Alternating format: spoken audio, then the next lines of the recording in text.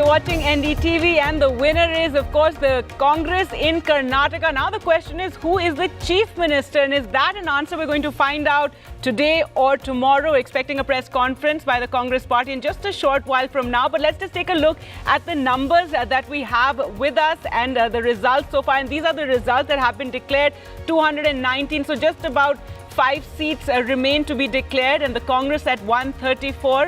It's up 55. The BJP 63. JDS, which has been a big loser, it seems, in this election, at 19. Going forward, we're going to talk about what this result in Karnataka means for the Congress party, what does it mean for the BJP, and what does it mean for 2024? What worked for the Congress? Is it the 5 guarantees? Is it, as many congressmen will have us believe, Rahul Gandhi's Bharat Jodo Yatra that's being given a lot of credit for the Congress's victory today in Karnataka? So in a short while from now, we're going to have that press conference, and the question, as we said now, is who will become the Chief Minister. But to talk more about these results, I'm joined in studio by V. Raghav. I'm joined also by former colleague Maya Sharma with us. Great to have you here, Maya. And Professor Chandan Gowda, R.K. Hegde Chair, Professor, Institute for Social and Economic Change, and Shugata Srinivas Raju. Thank you for being with us. V. Raghav, let's start with you. And, a lot of analysis has been done through the day about these results and what worked for the Congress party. The Congress itself has spoken about how this is a vote by the poor people. Rahul Gandhi spoke about how it's a victory of love over hate. Also, a lot of credit being given to the Bharat Jodo Yatra. But what do you think worked? I think it was primarily keeping the campaign an extremely well-run campaign, which was kept on local issues, which captured from the start issues like corruption, creating a sense of anti-incumbency, and a totally coherent exercise. I think that's the local leadership needs to take maximum credit for it. Obviously, the national leadership will take a part of the credit as well. But in all fairness, I mean, I'm saying Rahul Gandhi could take part of the credit, but the primary credit for this entire exercise goes to the local leadership. And I think what Rahul may perhaps have to take credit for is also that while he was there in Karnataka, he didn't overshadow the local leaders. The local leaders were still the big focus. And he brought them together as well. They played the supporting role.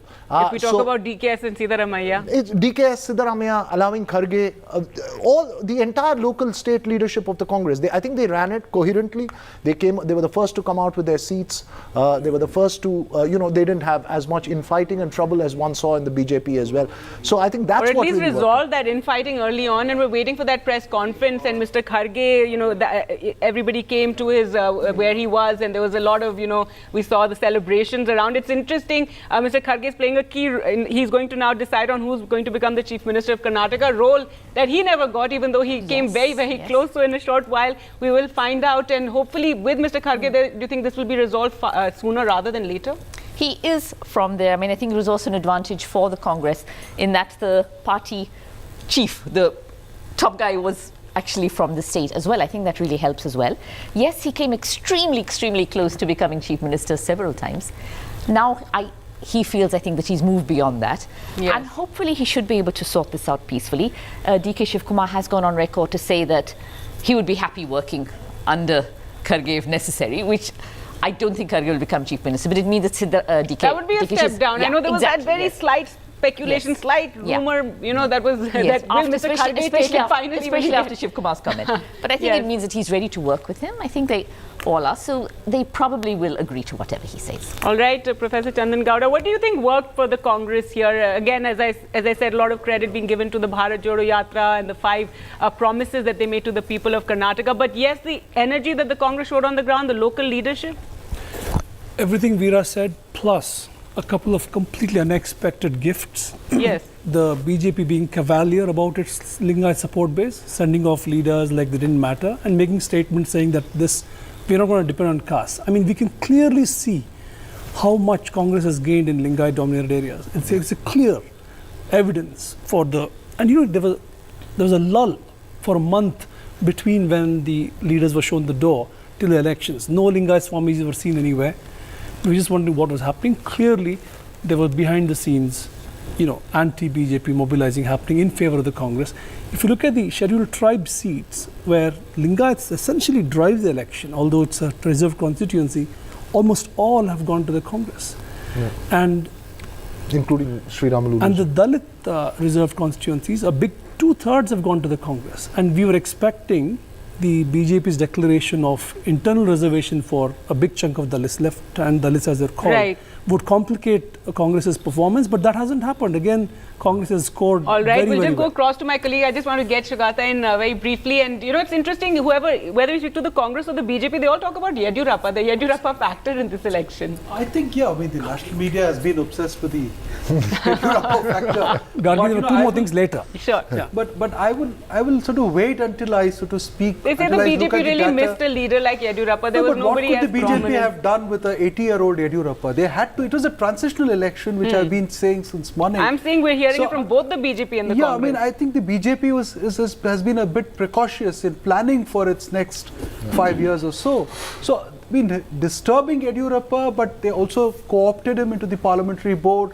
Modi, you know, the biggest namaskar that Modi made to anybody in Karnataka was to Yediyurappa when the Shimoga airport was inaugurated. Yeah. So the symbolism was very high. They were trying to send this message across that we have not shelved him. See, there are several other factors. You know, I mean, I will put a lot of my money on a kind of anti-incumbency plus anger. You know, there are two separate issues in this election. So and I mean, that is there. Some of the BJP are also saying that, well, you know, it always had this revolving door system in Karnataka. So they're kind of blaming the anti-incumbency. Congress, I mean, the governments have been changed every 5 years, so that is there. But you know, I'll put a lot of money on anger and anti-incumbency, where the BJP surprisingly did not counter the narratives that the Congress was building very effectively. For example, the corruption narrative. And for once the Congress was able to push its narrative Congress out was there. Playing two games. One, when it came to narratives, it was playing the BJP's game. When Veera pointed out correctly that it was playing the game of a regional party when it came to organization. So Rahul Gandhi can say love and harmony and hate and all that, but I think, you know, it was a completely different thing that was happening. And Bharat Jodo Yatra, in my personal opinion, had very little. As much as they would like to have. I don't think it was even mentioned, Gargi. Yeah. It was not even mentioned. Now, today it was mentioned a lot because everyone we spoke to. Bharat Jodo Yatra was not aimed at an election result, right? He was just a yatra. But I think the time he spent in Karnataka. If you look at how they, behaved when the yatra was happening, they did not speak about Muslims, or they did not even acknowledge. Because at that time we were told this is an apolitical yatra, of course. No, they were cautious. They were extremely cautious. Even while they were walking through Srirangapatna, they did not mention Tipu Sultan. They didn't want to make those mistakes, or quote-unquote mistakes. But now, you know, of course, but today, of course, when the Congress has to give credit, then it has to, some way, come to the Gandhis and therefore Rahul Gandhi. It's much like a television studio, right? Ultimately, Delhi would like to take the credit for all that success happens around the way. I guess that's the order of things in life, and right? speaking of, Delhi studios, Chandan Gowda, you know, I think we all spoke a lot about Bajrang Dal and Bajrang Bali and the impact this would have on the ground. But again, I feel perhaps that was a lot spoken in Delhi studios, and on the ground it... How big of an impact did it have? The Bajrang Dal factor has played a big role. The Bajrang Dal factor has played a big role in at least two ways. It energized the BJP cadres and otherwise demoralized cadre that was confused about its leadership, you know, moves, etc. And then the Muslims who were anyway... But those were already convinced. They were anyway voting for the BJP. The cadres became more active in mobilizing votes. Because the demoralization of the cadre is a serious factor because of the leadership, they had a purging that was happening. They had a new slogan. It gave them a talking point. I mean, it's like a show that was going. But that's what I'm saying. Was it just a talking point? But the Congress to attack the Congress and to discuss here in our news studios, but on the ground. It is a cost-benefit analysis. How much do we lose? How much do we gain? What they lost by way of BJP's strengthening on the ground, cadre strengthening, was offset by the gains they got from the Muslims, which actually decisively meant defeat of JDS in many constituencies. Away from the JDS and to the Congress party then. I think, I just want to point out to you that you have Deva Gowda's biographer sitting with you. Zugata Srinivasa Raju is Deva Gowda's biographer, and I think the JDS question is very important. Is it, did we see a split in the Vakaliga vote which resulted in or did we see a consolidation? Have they emerged the biggest loser in all of this, and now with Mr. Deve Gowda, you know, at the age that he is now? No, they have been the biggest losers. They've lost about 5% vote share. Perhaps they should have, I will give them credit for running a very good campaign. In fact, their program was far more impressive than what the Congress could put together. You know, the Pancharath Yatra or the Janata Jaladhare, the irrigational programs. It was logical, reasoned out well, but there is also, you know, in an election, a big election like this, when there is so much of anti-incumbency and anger, the electorate tends to sort of, you know, go on the side of the party which is more likely to win. And tactical voting of the Muslims about whether the JDS would go with the yes. BJP. No, it was not. I don't think that question was very serious. Okay. I think the Muslims had a tactical sense to go with a party which was more likely to form the government. They didn't want to put them in a kind of, you know, I mean, hung situation. So they gave them a decisive thing. Also, what Chandan pointed out, you know, that's another factor. The Dalits.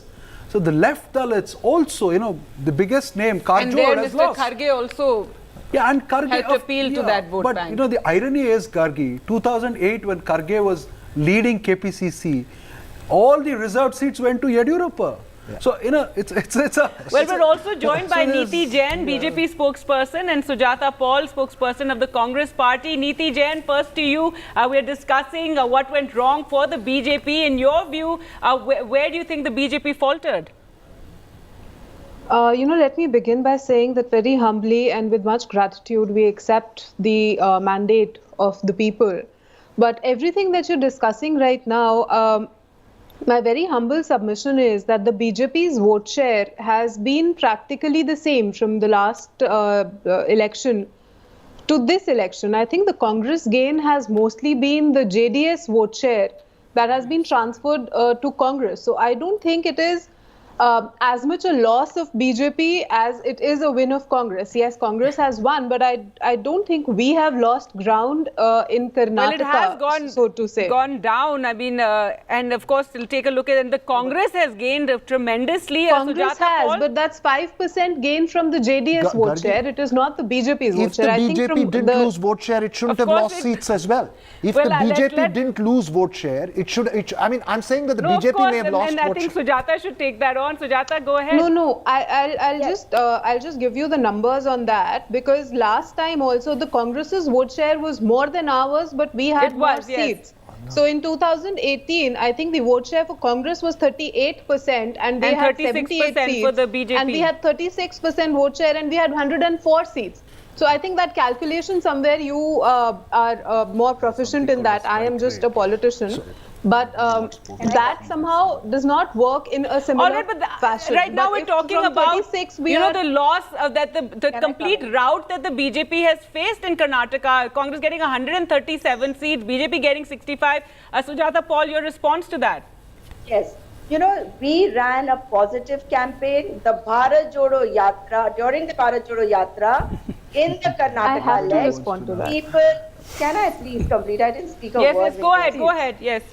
So, you know, when the Bharat Jodo Yatra was passing through Karnataka, the kind of connect that people made with Rahul Gandhi, that showed us that people needed somebody to voice their problems. And it's a sad state of affairs that the BJP is still not being able to accept defeat in a sportsman manner. Why?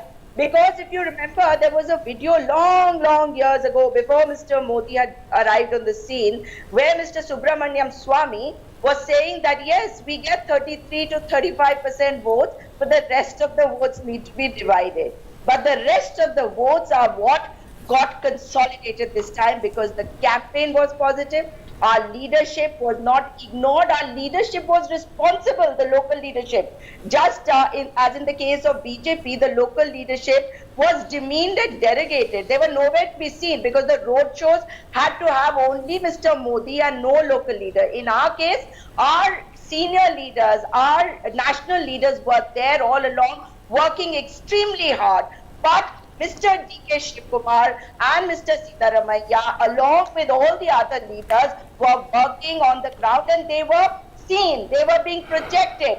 So one must understand that you can... All right, so you're saying that that is what worked for the Congress party here. And the question now that everyone's asking, we're going into 2024, and several other elections, Madhya Pradesh, Rajasthan, is this some sort of template or a formula that the Congress now realizes does work for them, and this is something they should use in other states as well? Certainly, every state has different requirements, but if you see the kind of governance that we've given in Chhattisgarh and Rajasthan, and the way we came in Himachal Pradesh when we contested on local issues, that tells us that when we are working and people recognize that, people know that the Congress works. Because if you go back to Karnataka, also Gargi, before Mr. Modi came in, Bangalore became the first startup, in fact, the startup capital of the nation. It had the first industrial park for women, and there were so many things. The health insurance, which was all right. Though the same issues like Mehengai are going to come and bite you in Rajasthan, where you have been in power. Yes, Neeti Jain, quickly, and then I have to go across to where the Congress press conference will take place. So I just want to make a very small point. From the morning, the Bharat Jodo Yatra is being put up on a pedestal for some reason. The point is, this Bharat Jodo Yatra did not even go to Gujarat, that was heading to elections right at that time.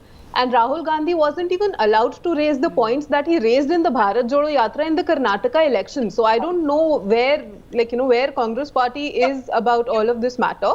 The second thing being the positive campaign. Ma'am, I did not interrupt you. Please give me the same courtesy. The positive campaign that you're talking about, you went into an entire poisonous snake. You went into name calling the Prime Minister. You went into comparing two organizations and all of those things. So I don't see this as a positive campaign at all. The only thing being, the oldest party in this country has started taking lessons from the newest party in the country. All right, we'll have to leave it there. We're just expecting the Congress, to make their address in just a short while from now. Well, look at that image, Maya and Mr. Kharge there holding everyone's hand, and they're all, United we stand. United we stand. It's like the united opposition, when you have a united opposition or a grand alliance that comes down together. It's a united victory message there from the Congress party. And just as we're waiting for them to begin, Maya, everyone's talking about 2024, and quickly, what does this mean going into 2024? Or as everybody's also said, you can't extrapolate this, but surely a boost for the Congress party. Yes, it gives them confidence. It gives them a feeling that it can be done. They can win an election. And it impresses other opposition parties also. Let's listen into what Surjewala is saying. आज इस विशेष पत्रकार वार्ता में मैं सबसे पहले कांग्रेस अध्यक्ष श्री मल्लिकार्जुन खड़गे साहब, विधायक दल के नेता पूर्व मुख्यमंत्री सिद्धारमैया साहब, हमारे जुझारू अध्यक्ष प्रदेश कांग्रेस कमेटी श्री डीके शिवकुमार साहब, कौंसिल लीडर बीके हरिप्रसाद साहब, मेरे वरिष्ठ साथी जिनका मार्गदर्शन लगातार हम पर हमारे साथ बना रहा, कांग्रेस भारतीय राष्ट्रीय कांग्रेस के संगठन महासचिव श्री केसी वेणुगोपाल साहब, working presidents, AICC secretaries, dignitaries on the dais. Let me take this opportunity to welcome each one of my journalist friends from print and electronic media who's present here in this special press conference. I also thank all the enthusiastic leaders and workers of the Congress party who are present here as part of this special press conference. I assure you, you are on this dais in spirit, if not physically. Today is a historic occasion. Karnataka has created history. Karnataka has shown a new light for democracy, not only for people of Karnataka but for the entire country. ताली आप ना बजाइए, सिर्फ सुन लीजिए, मुझे आपके जोश की मैं कदर करता हूं. From the bottom of my heart, on behalf of my colleague K.C. Venugopal ji, myself and each congressmen and women, millions and millions across the country, I want to thank 6.5 crore brothers and sisters of Karnataka our fellow Kannadigas. This is a victory of every Kannadiga. This is a victory of every voter of Karnataka. This is not a victory of the Congress party alone. Today, the Swabhiman of Karnataka, the brand Karnataka, that has truly won. And I thank our fellow Kannadigas from the bottom of my heart on behalf of Indian National Congress and Karnataka Pradesh Congress Committee. This is a victory also of each and every toiling Congress worker and Congress leader who gave it all to ensure that Karnataka is free from a 40% corrupt government of the BJP, who toiled so that brand Karnataka could be rebuilt and path of progress and prosperity could happen again. I thank each one of our fellow Congress workers and Congress leaders. This is also a victory for my PCC president, my CLP leader, and the entire team of our MLAs, ex-ministers, ex-MLAs, PCC office bearers, working presidents. Siddaramaiah ji, DK Shivkumar ji, this is also truly your victory, and I congratulate both of you in particular. And above all, this is a victory for our guiding light, the President of the All India Congress Committee, who was there with us throughout, toiling much harder than a young person, going one constituency to another. Sir, this is a victory for you.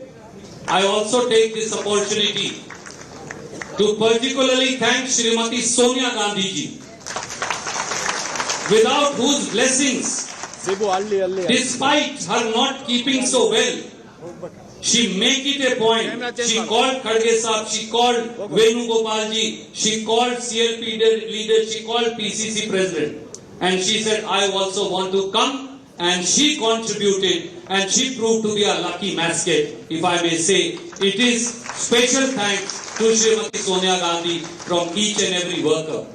And I'll be failing in my duty if I will not thank our hero, our leader, a person who only guides us, a person who toils selflessly, a person who takes all the brickbats but never takes credit, the one and only Shri Rahul Gandhi ji. He traveled he walked for 600 kilometers almost. For 22 days he was with us in Karnataka. No wonder I was looking that almost every constituency that Bharat Jodo Yatra touched, that constituency Congress party has won. The Congress flag is flying there.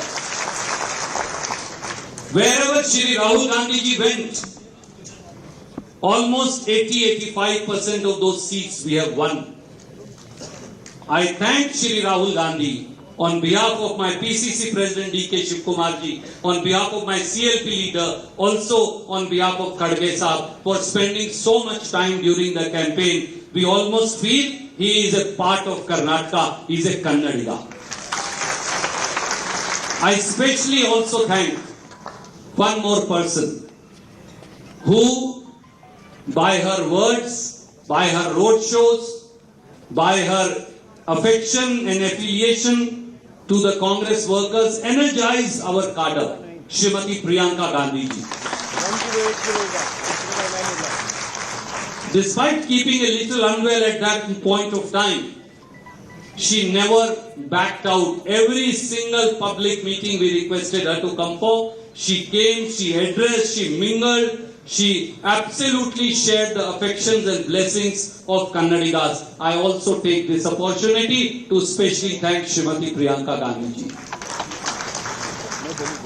Friends, before I call upon Honorable Congress President, I want to say two more things. प्रजातंत्र को बचाने का एक नया मंत्र इस देश में कर्नाटक ने आज दे दिया है. Karnataka has given a new mantra to save democracy in India. So this is not a victory that is restricted to Karnataka. It's a pathway to save democracy and save constitution across India. I don't want to use the word of our Prime Minister, who often speaks about Congress Mukt Bharat, but people of Karnataka have ensured that BJP Mukt South India has happened.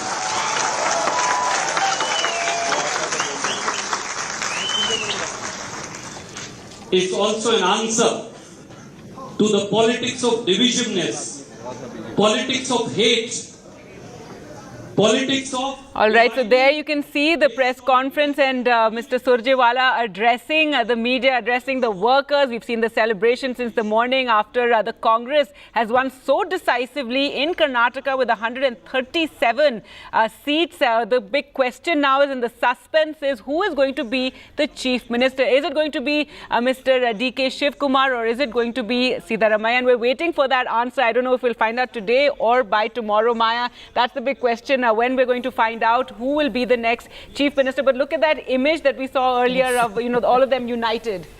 Yeah, I don't think we'll find out today. I think there'll be the usual CLP meeting. Mallikarjun Kharge said observers will come, central observers will come in from Delhi in order to take that decision.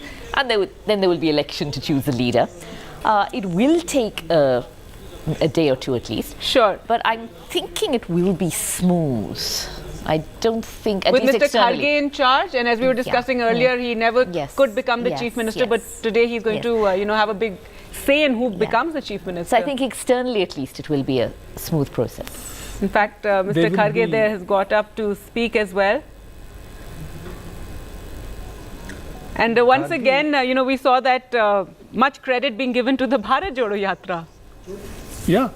I mean, I think it's a narrative that they've decided to keep using, plugging everywhere. It's clear because everyone is mentioning that. And even Jairam Ramesh tweeted saying that, listing all the places where they've gone.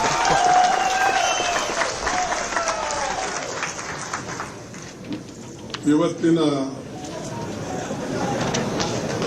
ಚುನಾವಣೆ ಸಂದರ್ಭದಲ್ಲಿ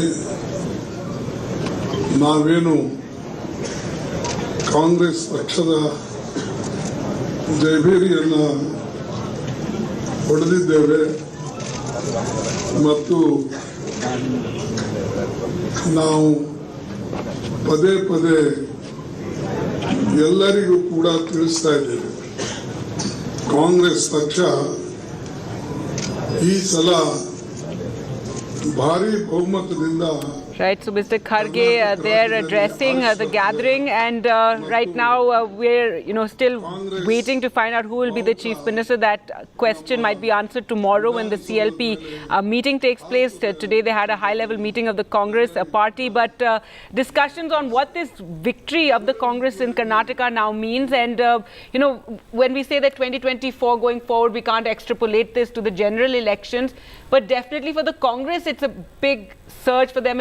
It's enthusiasm among their among their cadre, among their workers going forward into several state elections as well, and also about what this means in terms of negotiations with other opposition parties, because we've seen that so far there've been various issues with other opposition parties. You have Mamata Banerjee congratulating the people of Karnataka for this decisive mandate that they've given. So that is where it's going to come into play, isn't it? That's right, Gargi. I mean, this election is definitely a morale boost for the Congress party. There is no taking away that at all.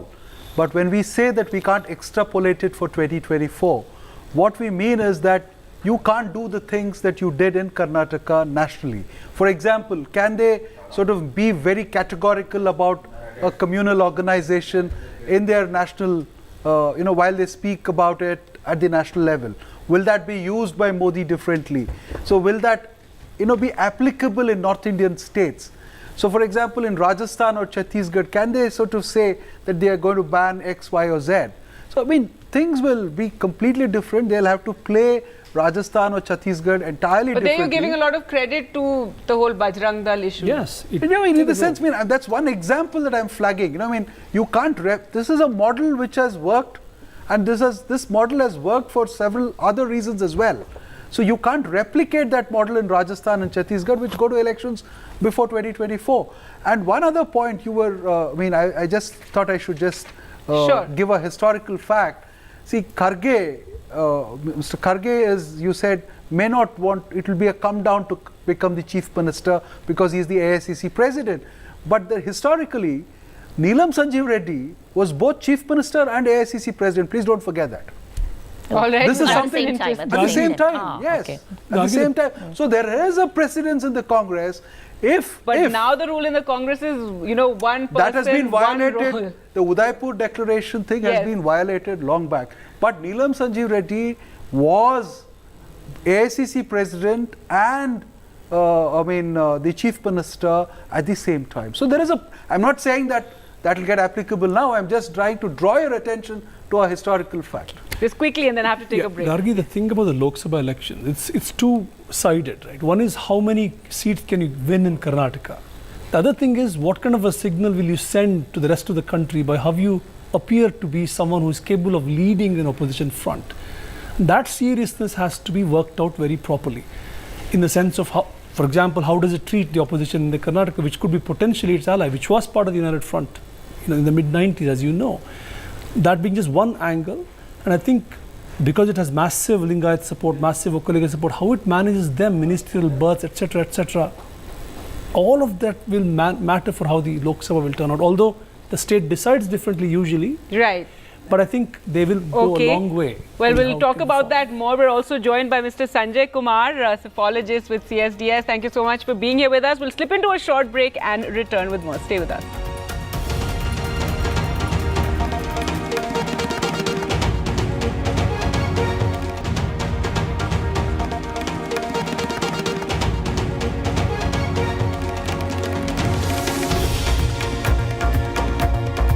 Welcome back. There you can see the Congress is addressing a press conference. They're addressing their workers after the resounding victory in Karnataka, leading in 137 seats there. The BJP 65, the JDS at 19. And the question now is who will become the Chief Minister of Karnataka?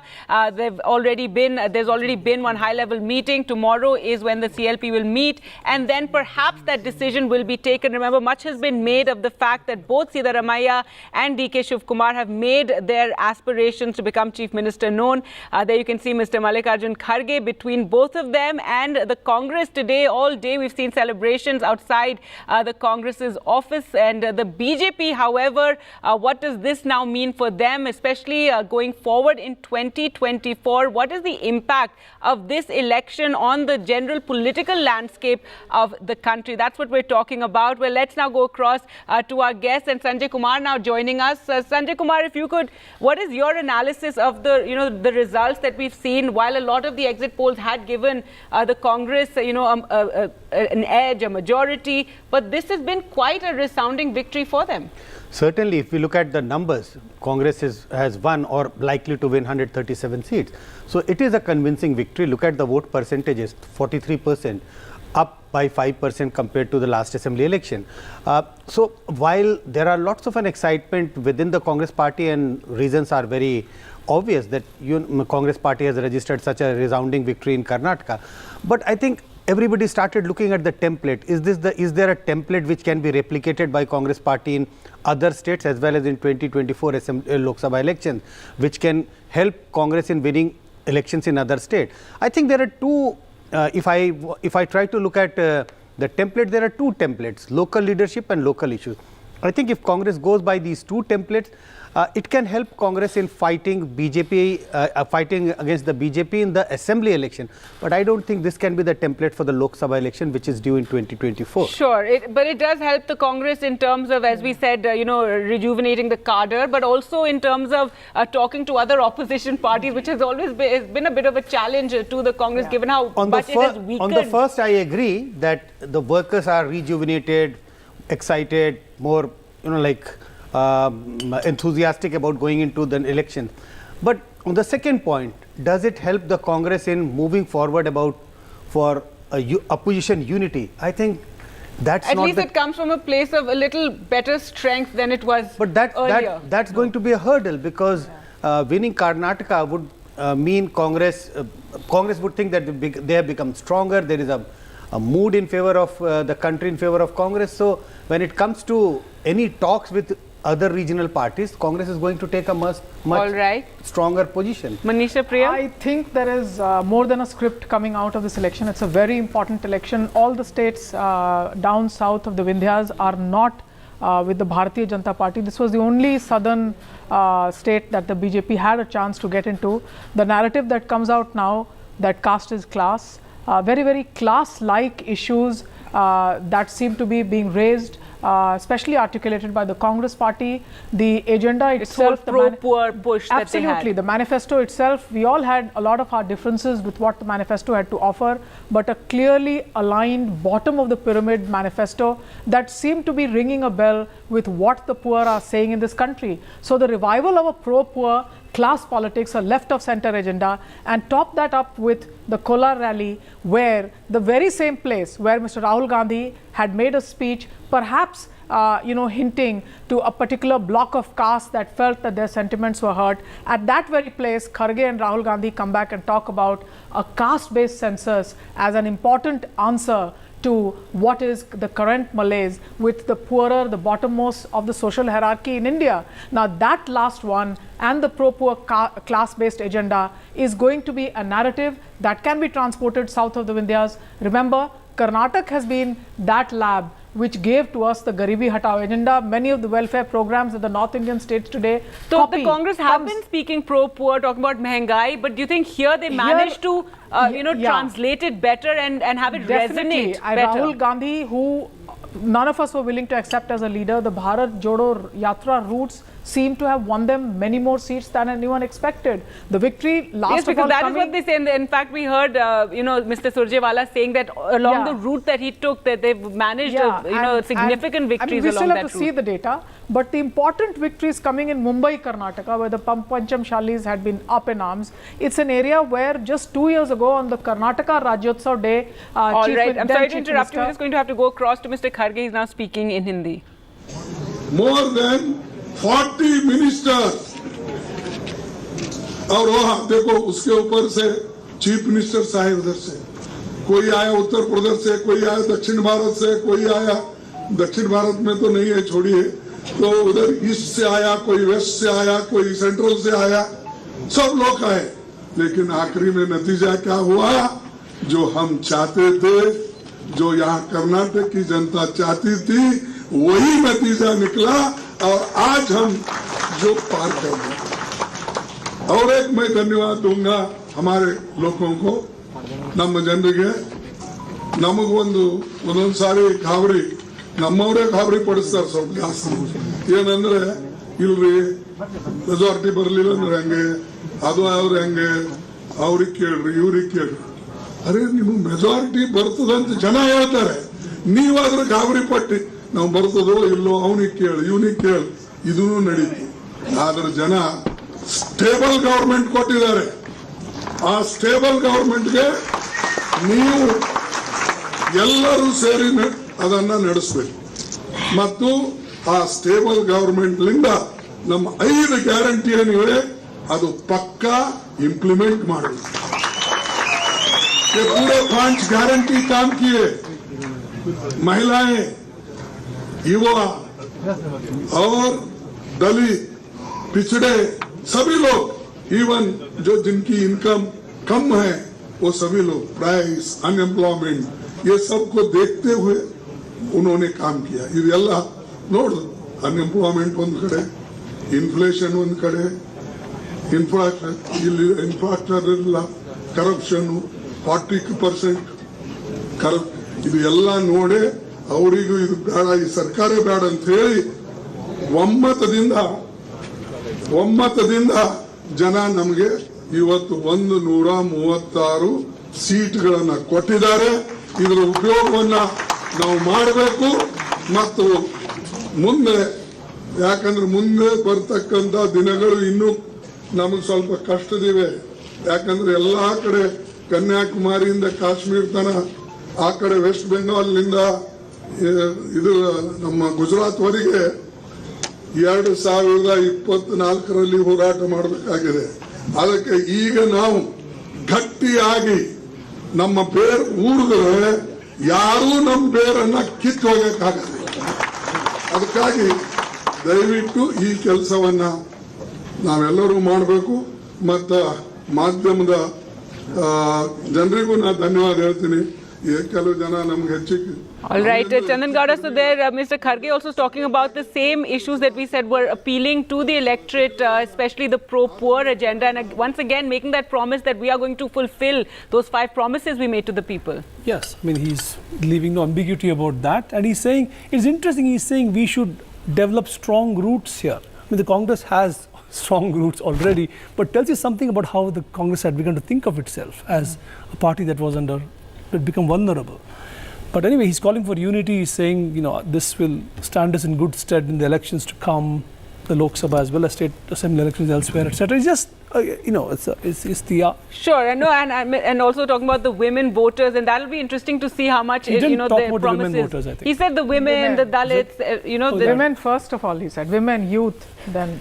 and unemployment. So all these issues, that in the past also the Congress has spoken about, but managed to put its messaging out very clearly in this election, isn't it?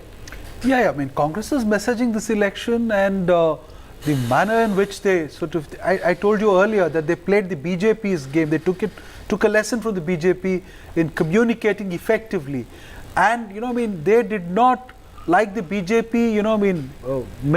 messed up a lot of narratives. Initially, they tried Hindutva, it did not work. 10 months before the election, they moved to caste, and then, half-heartedly they countered their, corruption narrative, and then there was a Lingayat narrative, there was a Lingayat versus Brahmin narrative.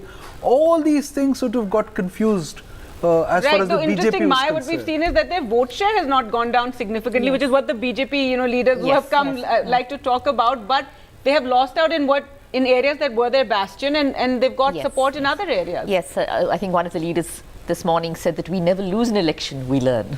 So they have lost a lot in areas which were very much theirs, whether it was the Bombay Karnataka region, whether it is the North Karnataka region, and also to a certain extent in coastal Karnataka, and that really is a big surprise, because coastal Karnataka is again something we simply say, yes, BJP, that kind of thing. That's right. So that's another area where it's not as much of a loss as in the other two, but they have lost places there, and of course the old Mysore region was never really their stronghold to start with. That was always kind of Congress, JDS shared between them.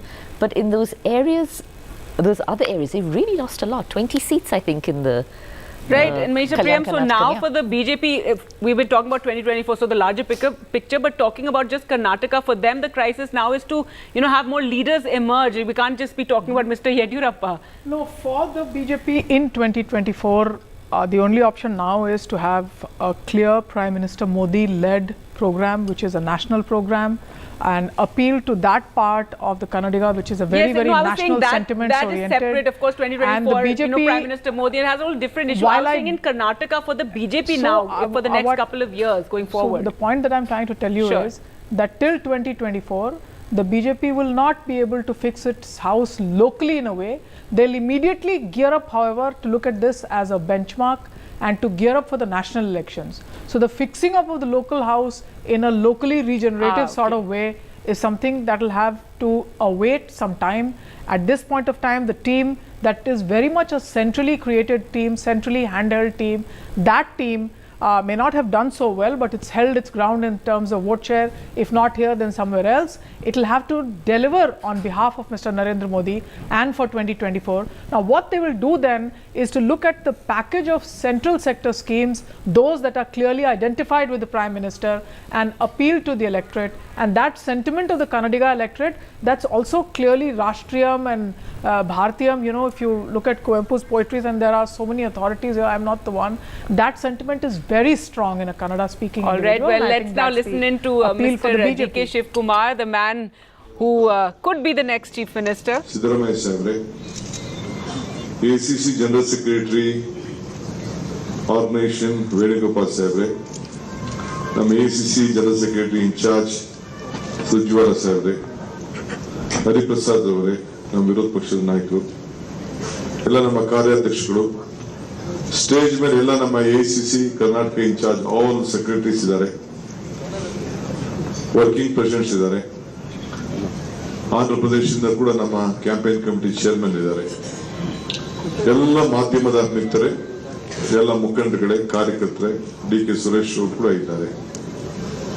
ಇನ್ನು ಎಲ್ಲದನ್ನೂ ಹೆಸರು ತೆಗೆದುಕೊಳ್ಳೋದು ಬೇಡ. ಈಗ ಇದು ಮಾಧ್ಯಮ ಗೋಷ್ಠಿ ಅಂತ ನಾವು ಕರೆದು ಸ್ವಲ್ಪ ಡಿಲೇ ಆಯ್ತು, ತಾವೆಲ್ಲ ಕ್ಷಮಿಸಬೇಕು. ಇದು ಭಾರತ್ ಜೋಡೋ ಭವನ, ಇಂದಿರಾ ಗಾಂಧಿ ಅವರ ಭವನದಲ್ಲಿ ಭಾರತ್ ಜೋಡೋ ಆಡಿಟೋರಿಯಂ. ಈ ಚುನಾವಣೆ ಭಾರತವನ್ನ ಜೋಡೋ ಮಾಡುವಂತ ಚುನಾವಣೆ ಆಗಿ ಫಲಿತಾಂಶ ಹೊರ ಬಂದಿದೆ ಅನ್ನೋದನ್ನ ಈ ಸಂದರ್ಭದಲ್ಲಿ ನಾನು ಬಯಸ್ತಾ ಇದ್ದೇನೆ. ಇದು ನನ್ನ ಗೆಲುವಲ್ಲ, ಸಿದ್ದರಾಮಯ್ಯನವ್ರ ಗೆಲುವಲ್ಲ, ಸ್ಟೇಜ್ ಮೇಲೆ ಇರೋರ ಗೆಲುವಲ್ಲ, ಕರ್ನಾಟಕ ರಾಜ್ಯದ ಜನತೆಯ ಗೆಲುವಿದೆ. If I can request you, if you could just, translate a bit for us what he's saying. ಹಿಡಿದಿದ್ದಂತ ಗ್ರಹಣನ ಇಂದು ಬಿಟ್ಟಿದೆ. ಜನರು ಹಾಕಿದ್ದಂತ ಕಣ್ಣೀರನ್ನ ಇವತ್ತು ಒರೆಸ್ತಾ ಇದೆ. ಜನರ ಮುಖದಲ್ಲಿ ನಗು ಅರಳುತ್ತಾ ಇದೆ. ಈ ಗ್ರಹಣ ಬಿಡಿಸಿದಂತ ರಾಜ್ಯದ ಜನತೆಗೆ ಕಾಂಗ್ರೆಸ್ ಪಕ್ಷದ ಪರವಾಗಿ ಮತ್ತು ವೈಯಕ್ತಿಕವಾಗಿ ನಾನು ಈ ಸಂದರ್ಭದಲ್ಲಿ ಅಭಿನಂದನೆಯನ್ನ ಹೃದಯಪೂರ್ವಕವಾದಂತ ಅಭಿನಂದನೆ ಸಲ್ಲಿಸಲಿಕ್ಕೆ Talking about the smiles on people's faces and how personally and from the party's perspective he ನಮ್ಮ thanks. ಗೆಲುವಿಗೆ ಮಾರ್ಗದರ್ಶನ ಮಾಡಿ ಕಾರಣಕರ್ತದಂತ ನಮ್ಮ ರಾಷ್ಟ್ರೀಯ ಅಧ್ಯಕ್ಷರಾದಂತ ಮಲ್ಲಿಕಾರ್ಜುನ ಖರ್ಗೆ ಸಾಹೇಬರಿಗೆ, ಸೋನಿಯಾ ಗಾಂಧಿ ಮೇಡಮ್ ರವರಿಗೆ, ನಮ್ಮ ನಾಯಕರಂತ ರಾಹುಲ್ ಗಾಂಧಿ ಅವರಿಗೆ, ಪ್ರಿಯಾಂಕಾ ಗಾಂಧಿ ಅವರಿಗೆ, ವೇಣುಗೋಪಾಲ್ ಅವರಿಗೆ, ಸುರ್ಜಿವಾಲ ಅವರಿಗೆ ಮತ್ತು ರಾಜ್ಯದ ಎಲ್ಲ ಕಾರ್ಯದರ್ಶಿಗಳಿಗೆ ಬಂದು ಹಗಲು ರಾತ್ರಿ ದುಡಿದಂತವ್ರಿಗೆ ನಾನು ಅಭಿನಂದಿಸ್ತೇನೆ. ಇದು ಬರೀ ಗೆಲುವಲ್ಲ, ಭ್ರಷ್ಟಾಚಾರದ ವಿರುದ್ಧ ಗೆಲುವು, 40% ಕಮಿಷನ್ ವಿರುದ್ಧ ಗೆಲುವು, ಬೆಲೆ ಏರಿಕೆ ವಿರುದ್ಧ ಗೆಲುವು, ಬಿಜೆಪಿ ಸರ್ಕಾರ ರೈತರಿಗೆ ಕೊಟ್ಟ ಕಷ್ಟಗಳ ವಿರುದ್ಧ ಗೆಲುವು, ಗೃಹಿಣಿಯರ ಕಣ್ಣೀರ ವಿರುದ್ಧ ಇದು ಗೆಲುವು, ಯುವ ಸಮುದಾಯ ನಿರುದ್ಯೋಗ ಸಮಸ್ಯೆ ವಿರುದ್ಧ ಗೆಲುವು, ಕಾಂಗ್ರೆಸ್ನ ಗ್ಯಾರಂಟಿಯ ಗೆಲುವು. ಇನ್ನು ಮುಂದೆ ಗೃಹಜ್ಯೋತಿ ಬೆಳಗಲಿದೆ.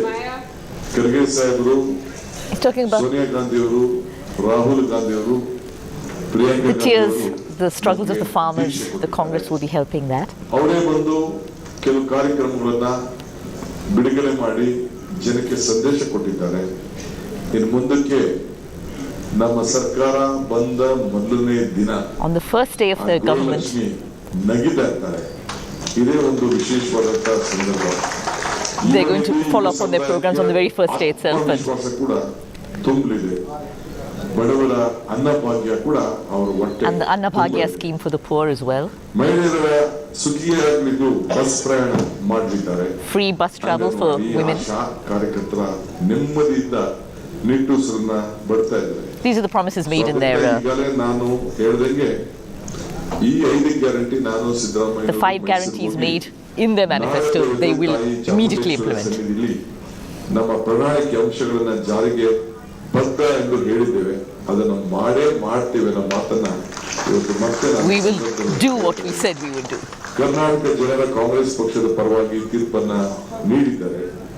ಸೊ ಅದಕ್ಕೆ ಮತ್ತೊಮ್ಮೆ ನಾನು ಎಲ್ಲ ಕರ್ನಾಟಕ ಜನತೆಗೆ ನನ್ನ ಸಾಷ್ಟಾಂಗ ನಮಸ್ಕಾರಗಳನ್ನ I once again thank all of the people of Karnataka. ಪರನೋ ವಿರುದ್ಧನೋ ಒಳ್ಳೆಯದು ಕೆಟ್ಟದ್ದು ಬೇಕಾದಷ್ಟು ಬರ್ತಿದ್ವಿ. ಮಾರ್ಚ್ 10ನೇ ತಾರೀಕು ಇದೇ ಜಾಗದಲ್ಲಿ ಜವಾಬ್ದಾರಿಯನ್ನ ಶ್ರೀಮತಿ ಸೋನಿಯಾ ಗಾಂಧಿ ಅವರು ಕೊಟ್ಟರು ನನಗೆ.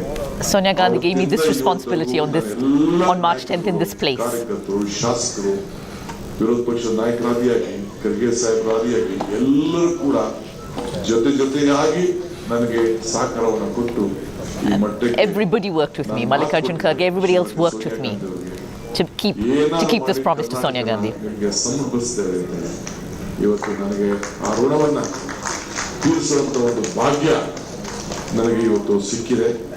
ಸೊ ಅದರಿಂದ ಇವತ್ತು ನಾವು ನೀವೆಲ್ಲ ಸೇರಿ I was able to fulfill that promise. ತಾಳ್ಮೆಯಿಂದ ನಾವೆಲ್ಲ ಸೇರಿ ಜನ ಏನು ನಮ್ಮ ಮೇಲೆ ನಂಬಿಕೆ ವ್ಯಕ್ತಪಡಿಸಿದ್ದಾರೆ ಆ ನಂಬಿಕೆಯನ್ನ The faith the people have showed in us, we will live up to that faith. ನಮ್ಮ ಶಾಸಕಾಂಗ ಪಕ್ಷದ ಸಭೆಯನ್ನು ನಾವು ಕರೆದಿದ್ದೇವೆ. ಅಲ್ಲಿ ನಾವೇನು ಕಾಂಗ್ರೆಸ್ ಪಕ್ಷ ನಮಗೆ All right, Mr. D.K. Shivkumar, they're talking about the promises the Congress made to Karnataka and how they will fulfill them. So it's still, the big question is who will be the next Chief Minister of Karnataka, and we will continue discussing that and all the analysis of the election results right here on NDTV. But before I go, just a little bit of news about what's happening here in Delhi. And you have this big fat engagement, a very prominent engagement of Mr. Raghav Chadha of the Aam Aadmi Party and Pariniti Chopra getting engaged, and there you can see Mr. Bhagwant Mann arriving for the celebrations. Earlier we saw Priyanka Chopra as well, and they're all here for this very high-profile engagement that has been quite the talking point on social media. You know, while we're all been discussing and analyzing Karnataka online, a lot of people have been very interested as to you know, who's there, who's attending this engagement, and the fact that such a prominent young you know, Delhi politician, Mr. Raghav Chadha, and engaged to film star Pariniti Chopra. So there you see their visuals from earlier and today, the engagement celebrations here in the national capital.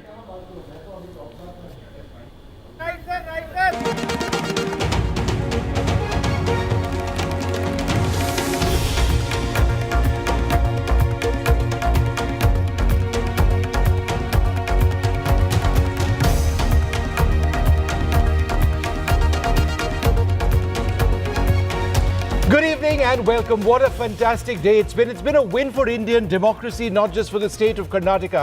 But if you look at what's happened in Karnataka, the Congress party winning the elections with the largest seat share and the largest vote percentage in more than 35 years. So that is an absolutely resounding performance by the Congress.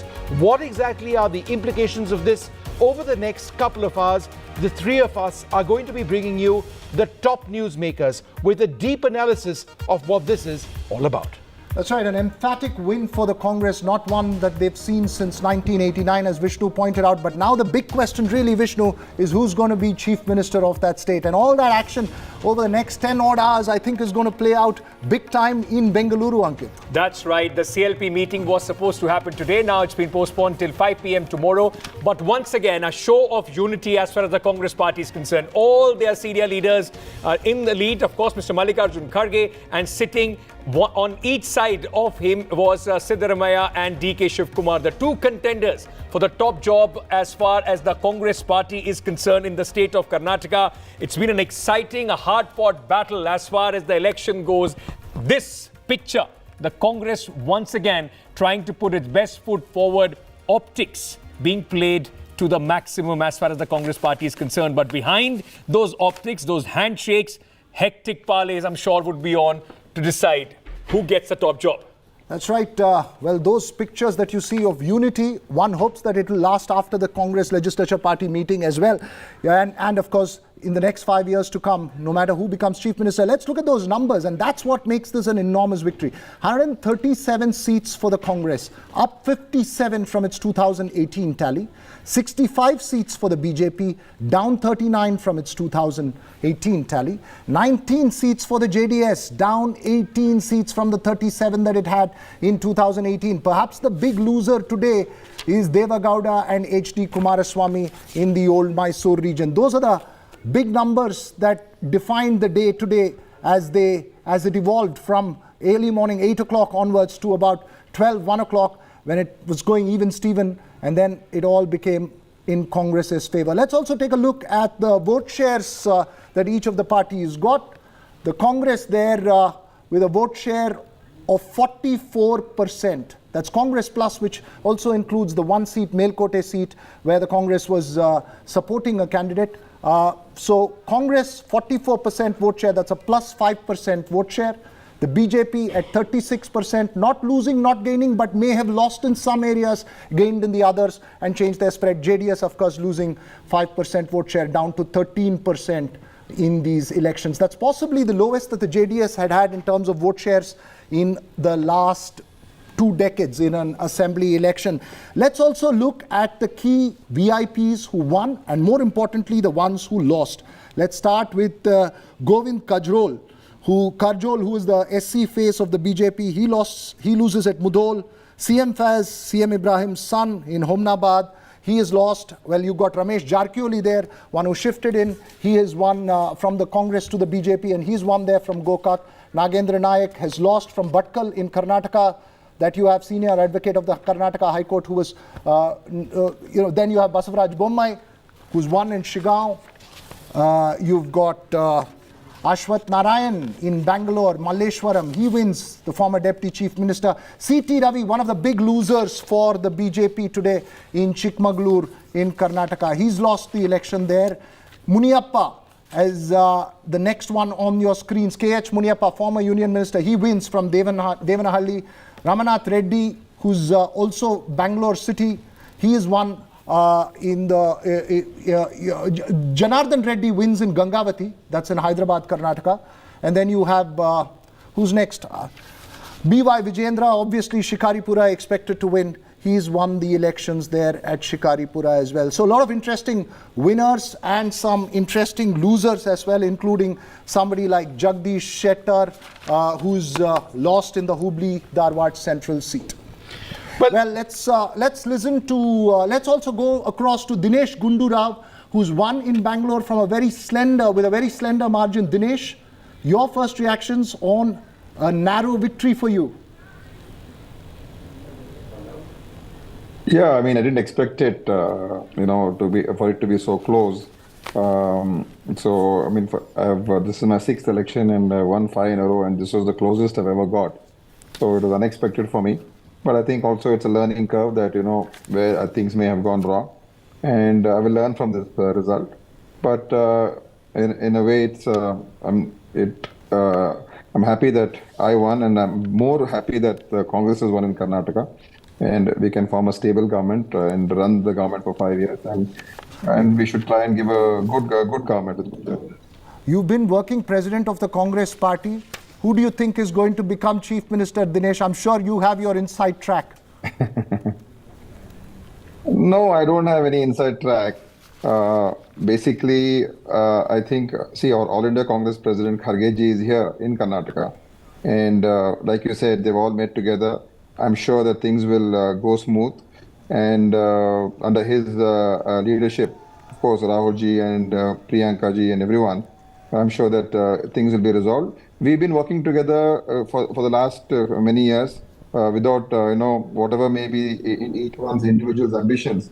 But our ultimate aim was to see that the Congress wins and the Congress comes to power in Karnataka for the sake of democracy, for the sake of the survival of democracy. And we realize Karnataka is one of the game-changing elections, and Congress really needs this win. And I think all have worked together. And I think post the results too, you will see that we will behave in a very mature manner and things will be sorted out, spoken, discussed and resolved. I do not see any complications. Right, and when are you having your Congress Legislature Party meeting? Tomorrow morning, we're told. Hello? Yeah? Your Congress Legislature Party meeting. Yeah, that will be tomorrow. So I think we will discuss all these issues. I think before the Legislature Party meeting happens, I feel that many of the issues will be discussed. And we should, I don't want, or we don't want the Congress to be seen as, taking time or dilly-dallying. And because the people have given us such a huge mandate, and we have to respect that. And they're hoping that Congress delivers on so many fronts. So I think we need to get down to business and perform well. And that sense of responsibility is there on every leader today. That Congress should do well in Karnataka, and it should also represent what the Congress can do to the entire country. Well, I don't expect you to answer this question, but who's your vote for in that CLP meeting? Who's it going to be? Who's going to be your choice for the top job? No, I mean, see, Siddaramaiah ji is one of the most popular leaders, and he's been working tirelessly. D.K. Shivakumar, our president, he's been working tirelessly. So, both of them have given, they work together and they've given us, this result. So, ultimately, I think let the High Command decide, and all of our MLAs also will all sit together and give our opinions. And I think it should go smoothly, but I would not want to mention who my choice is on national television. So I'll just leave it at that. No, please do, sir. It would be terribly interesting if you did. But Dinesh, I'm sure you understand the intricacies. Dinesh, but tell us, has the talk of who's going to get what portfolio also started amongst all you MLAs and former ministers? You're all veteran congressmen. You know how the party dynamics works after victory and how it works before an election result is announced. No, I feel the first thing will be to decide who's going to be the CLP leader, who naturally will become the chief minister. So that thing, once that is decided, the expansion of the ministry and all that will take place. So I don't think any such issue has been discussed so far. And even if it's been discussed, I'm not aware of it. But I think that will only happen once we finish with the CLP meeting and elect our CLP leader. Subsequently, those decisions will be made and those issues will be discussed. Right. Thanks so much, Dinesh, for joining us here. Dinesh, of course, Vishnu had a very slender win today. I mean, must have had a lot of nervous moments through the day as the numbers were playing out. You know, absolutely. We're going to take a look right now and move on to the next set of graphics. And this is just to give our viewers an idea of some of the key factors. So what we're looking at now is the Muslim vote in the state. So seats with a 25% Muslim population. It's 10 to the Congress. As you might expect, the Congress would be ahead of the BJP and 7 to the BJP. So 17 seats in total. Remember, these are seats with a 25% Muslim population. If we take a look at, and this is important, the next set of graphics looks at rural-urban. And this is where the BJP has actually lost out considerably. Let's have the rural statistics out first, if we can. In rural seats, this is where some would suggest, and we'll discuss this with our panelists in a while, this is where the Congress has taken these elections. Those 62 leads and results right now, let's consider them results by and large, versus the BJP's 21. It just goes to show that the Congress's arguments or their points on employment generation, these were points which appear to have appealed to the rural voter, the JDS at 13. So this is where the Congress really gained. If we take a look at the urban breakup, this is where the BJP would have hoped to have done well. And as you can see that their performance has been considerably better than what their performance was in rural areas. They are one shorter than the Congress. So by itself, 25 may not necessarily be terribly bad, but considering the fact that the Congress has made a mark in urban areas as well, another area that the BJP was really looking to make a mark, you really have to wonder about how things fell short for the BJP here. Many thought that they would do well. Let's take a look now at the Bengaluru graphics as well, and this is just a snapshot of this very important the city of Bengaluru itself. The Congress underneath or beneath the BJP, and that's been a trend that we've seen throughout the day. In fact, the BJP was considerably ahead of the Congress through the day, but over a period of time, it's the Congress.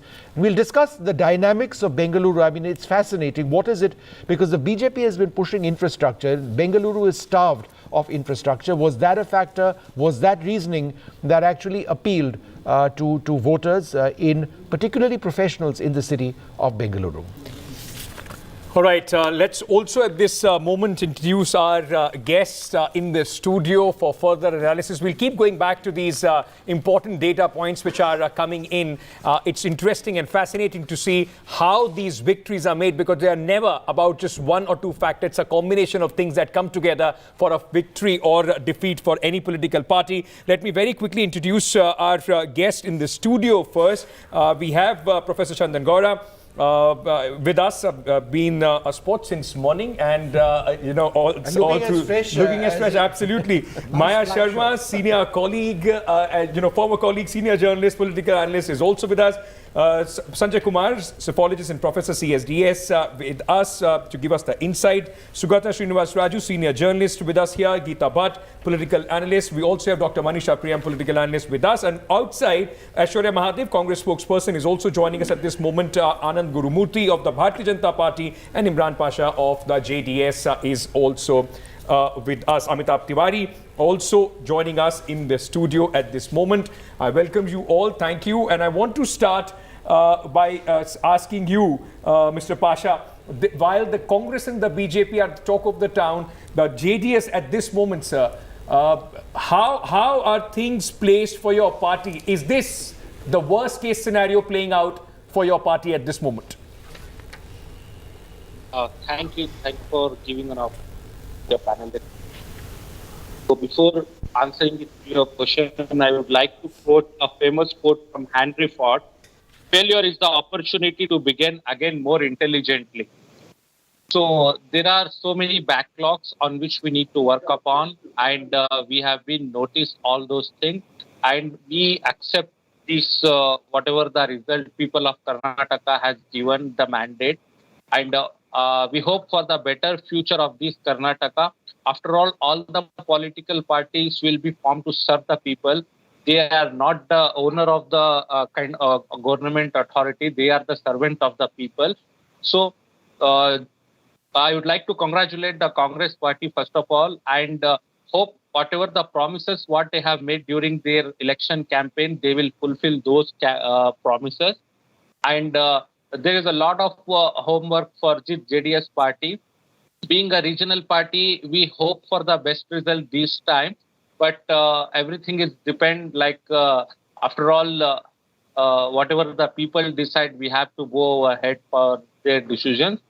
And we will work and will come back more strong next time.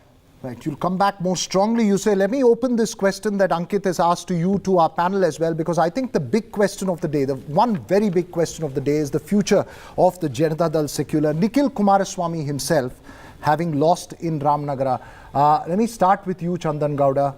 What does this mean for the future of the JDS? Below 20 mark, 19 seats, down to 13% vote share, something that the JDS often gets in a parliamentary election, is all that it's got in a state election. What does this mean for the regional force in Karnataka? It's psychologically defeating to see a figure like that, but there are two possible routes. One, they hang on, bide their time into the next election until an anti-incumbency may possibly kick in, because they still are number 2 in that region. Congress is number 1, sometimes BJP, but there are 2. And I think they will try to see if they can go back to where they were last year, mid-30s. The other thing is they move to the NDA space, which will have a bearing on the next elections and will have a bearing on the assembly election as well. But I hope the first one is what we will see happen. Yeah. Okay, we've got Aishwarya Mahadev of the Congress and Anand Gurumurthy of the BJP with us at this stage. Mr. Gurumurthy, in fact, let me come to you first. My question is this: would you say that it's the Congress's performance in rural areas, and let's try and see if we can get that rural statistic up, where they've got what, 61 or 62 seats most likely, as opposed to the BJP, which is what, about 21 odd seats. That has essentially defined the election, that your performance in urban areas hasn't been bad per se. You just won under the Congress, but it's rural seats 62 to 21 which appears to have defeated you. Would you say that this is where you fell short for whatever the reasons were?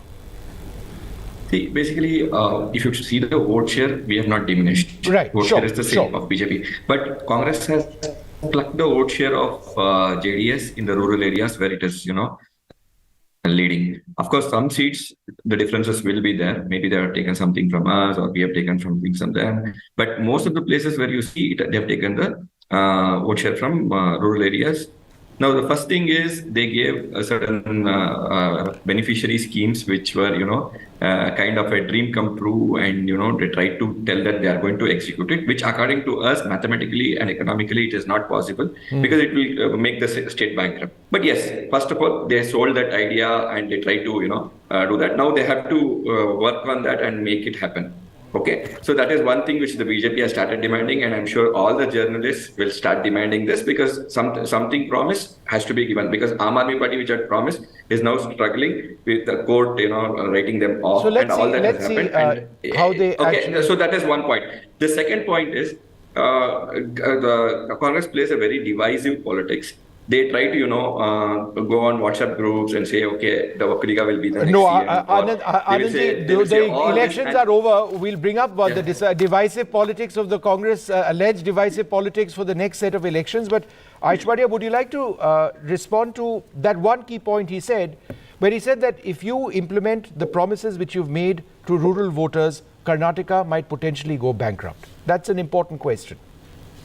You know, Vishnu, good evening. First and foremost, I'd like to thank the entire electorate of Karnataka for giving us such a decisive win. I think it's a decisive win for Karnataka and all Kannadigas around more than anybody else. And Vishnu, if you look at the economics of it, if you look at the finances of all of this, there are two things. One, the Congress party has emphatically stated that in the first cabinet meeting, we're going to bring these 5 promises into into action. And the second thing is, if you look at the economics of it, a lot of it is still far more financially prudent as opposed to some of the schemes that the BJP may or may not have implemented, right? Because the sad reality in India today is that when the BJP offers something, it is called social welfare or development and social justice. But while the Congress does it, it's called a freebie.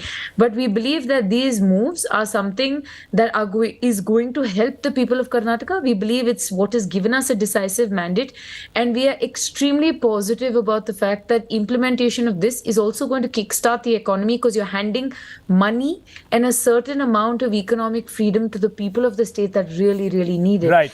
It's not the 1%, 2% that we're catering to. It is the masses of the state that we cater to. It is the majority of the state that has suffered under the BJP government that we want to help in this case. To be honest, if you put the Karnataka map at this moment, it looks evenly spread as far as the victories of the Congress party are concerned. Maya, if I may bring you in, one interesting, and when Veera was talking about the important candidates, those who have won and lost, C.T. Ravi of the Bharatiya Janata Party, important figure as far as the BJP scheme of things and the new leadership of the Bharatiya Janata Party in the state is concerned. And losing from a constituency like Chikmagalur, which more or less people consider as the laboratory, the Hindutva laboratory of the Bharatiya Janata Party, what does that signify for the Bharatiya Janata Party going forward in their messaging and how they are looking forward in Karnataka? Yes, C.T. Ravi is definitely a very, very Hindutva kind of leader in what he has said, in what he has done in Chikmagaluru. There's also been that whole controversy over the Dattapita there, an ancient Sufi shrine, which is it Hindu, is it Muslim? That debate has been going on, and he also managed to make that a huge issue, a huge, very sensitive communal issue in that area.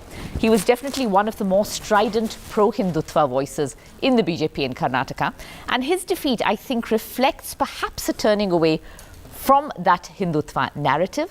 We did, of course, wonder whether the potential banning of the Bajrang Dal would actually impact the performance of the Congress, because, of course, it led to all that whole Jai Bajrang Bali slogans and the whole thing.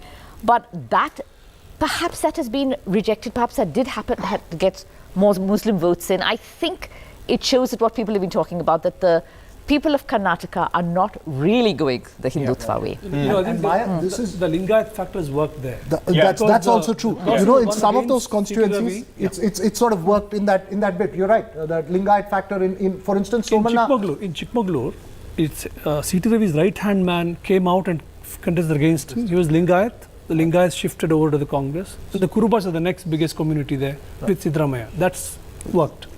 Yeah, but the larger takeaway, I mean, while I think it's still difficult to just categorically say that Hindutva may not come up in, because these are personalities who rose from the Baba Budangiri movement, C.T. Ravi and this one. From the larger takeaway part of it, Sugata, in terms of when you see these results, what is the one large takeaway that you see for Karnataka moving forward? Is there something that we need to look differently about the state when we analyze it, or when we try to predict it? Is there something that this lesson, this verdict is teaching us? No, Veera, there's one fascinating aspect about Congress's victory today, which is that it's the most inclusive victory and the most representational victory. Look at the STs, they've gone with the Congress. Look at the SCs, they've gone with the Congress. Look at the Muslims, they've gone with the Congress. Look at the rural voters, look at the urban voters, and also Lingayats and Okkaligas. So I think this Congress has to celebrate it for a very different reason other than the Bharat Jodo Yatra, which has had very little impact.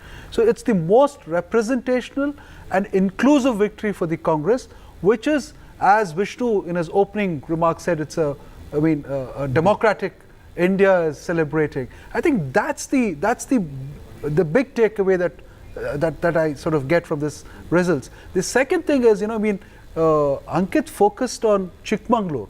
But my very big question about the BJP will be, who is their Dalit face? Everybody seems to have lost. Yes, who is their ST face? Everybody seems to have lost. And who is going to be the leader of opposition? That's a huge question. Geeta, but if you want, if I may bring you in on that, for the Bharatiya Janata Party, it's just not about the narrative. There was a very important, with Lingayats, a very important voting segment that the BJP used to command. That seems to be now slipping, dividing, though they are gaining a little bit as far as the Vocaligas are concerned. Is it time for the BJP to go back to the drawing board and answer the questions that Sugata is pointing out right now? How do you construct a more cohesive social sort of an engineering that you don't face a similar thing going forward in 2024 and thereafter? Well, see, first of all, I think that has already been initiated in a way, because more than 70 new faces have been introduced. The tickets have been given in this election. And there are all new faces, some of them young, dynamic people who over a period of time are question of leadership is being, put forward. Over a period of time, these, new faces who have come in this election, they will be nurtured as leaders, in the coming time. And also, as far as this Hindutva question is being, put forward, I think we need to see that this is ideologically, this is something which, it is not that the people they do not identify themselves with this. There were other issues, which were compelling, and they somehow took over the Hindutva issue. But considering that these people do not have a concern over it, I mean, we do remember that how, in the KG Halli and HD Halli, how there were a police station which was burnt, and there were many such issues over, some remark of some Congress MLA's relative had made a remark, and because of that, more than 2,000 people, they had gathered and a police station was burnt. So these are issues which they cannot be sidelined, But yes, and in this election, there were some other issues which they dominated over the issue of Hindutva. One small go ahead. Geeta ji mentioned about new faces having been introduced and they'll take the party forward. Statistically, 75 new faces were introduced, only 11 have won. Only 11. Only 11 is a big number. Places where they didn't have sitting MLAs, in weak places. They lost last time, mostly of the seats. I understand this thing. Why do you introduce new faces? No, 75 includes the change of tickets to sitting MLAs. You introduce new faces because it's been a model that's been tested in Gujarat. The anti-incumbency at the local level, at the constituency level, is something that you buck over. Now, in elections, the proof is in the winning. How much of the anti-incumbency locally were you able to buck over by introducing these new faces? Number one. Number two, even the new faces like C.T. Ravi, fine that it was a Lingayat and the Kurubas that got together, but C.T. Ravi was the face of the Hindutva-led campaign in the old Mysuru region, an important Gowda leader. The BJP promised that they would have brand new, sparkling Gowda leadership that they would give to the old Mysuru region. Of that, I don't know how many have won. I mean, I've tracked quite a few. I don't know all the others. Sure. No, not too many of them have won. Okay, I just wanted to, Manisha, I just wanted to go across and bring our viewers that visual spread. Let's have that up in full frame if we can. On the left is 2018. As you can see, the BJP so much more dominant. You can see saffron across the state over there, the Congress in pockets, the JDS also in far larger pockets. But if you look at the right, I think visually the most striking aspect is the JDS, the Greens have really disappeared. And of course we've seen... In that area. Yeah, that's right. In South... in the old Mysore region where the bastion is, what you see is an entire green belt there. That's turned into a blue belt. And and blue all across. But also very interestingly, if you look at the west of Karnataka, and you can see, compare 2018 and 2023, again in the west you can see that the BJP is quite dominant in 2018. That is very much an area where they've done well. But here in 2023, the BJP has certainly won seats, but you can see the Congress winning a lot more. Amitabh, could you just tell us about the significance of the Congress getting into a part of the Hindutva heartland, as it were, in western and coastal Karnataka?